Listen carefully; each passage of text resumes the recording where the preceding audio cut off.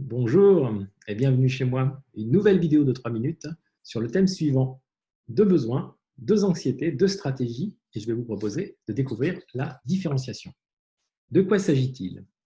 Donc imaginons que vous êtes en groupe de personnes, que ce soit du travail ou plutôt personnel. Nous avons tous, êtres humains, ça a été vérifié partout, deux besoins fondamentaux. Celui d'appartenir à ce groupe qui est vraiment important et qui nous tient à cœur, et celui de garder, au contraire, notre individualité, c'est-à-dire pouvoir apporter quelque chose de spécifique au groupe. Voilà. Ces deux besoins se traduisent souvent par deux anxiétés.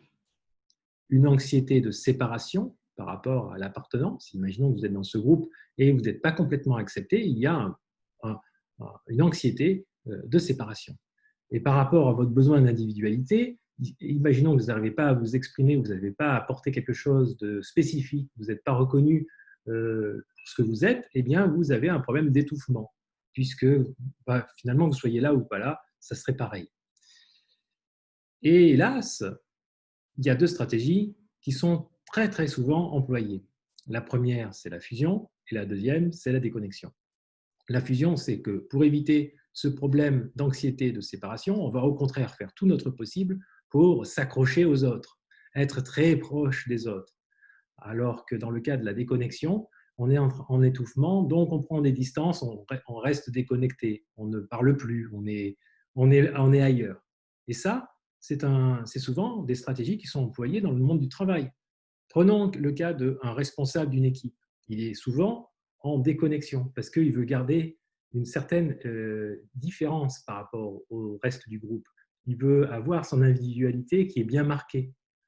Au contraire, si ce manager se sent un petit peu, il veut plaire, il voudrait essayer de rentrer au sein de l'équipe, il voudrait essayer de faire partie de l'équipe, il va tout faire pour être plutôt en fusion parce qu'il a un souci de séparation.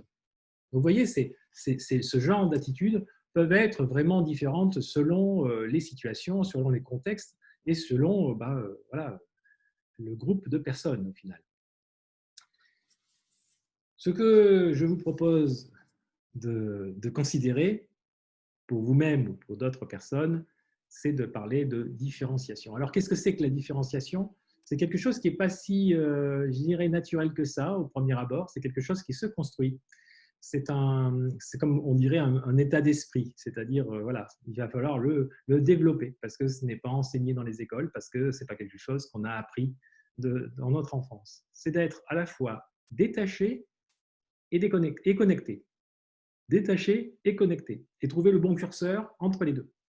Donc, détaché, c'est-à-dire avoir des frontières saines avec le groupe. Voilà. Savoir se décrire ce qui se passe en nous.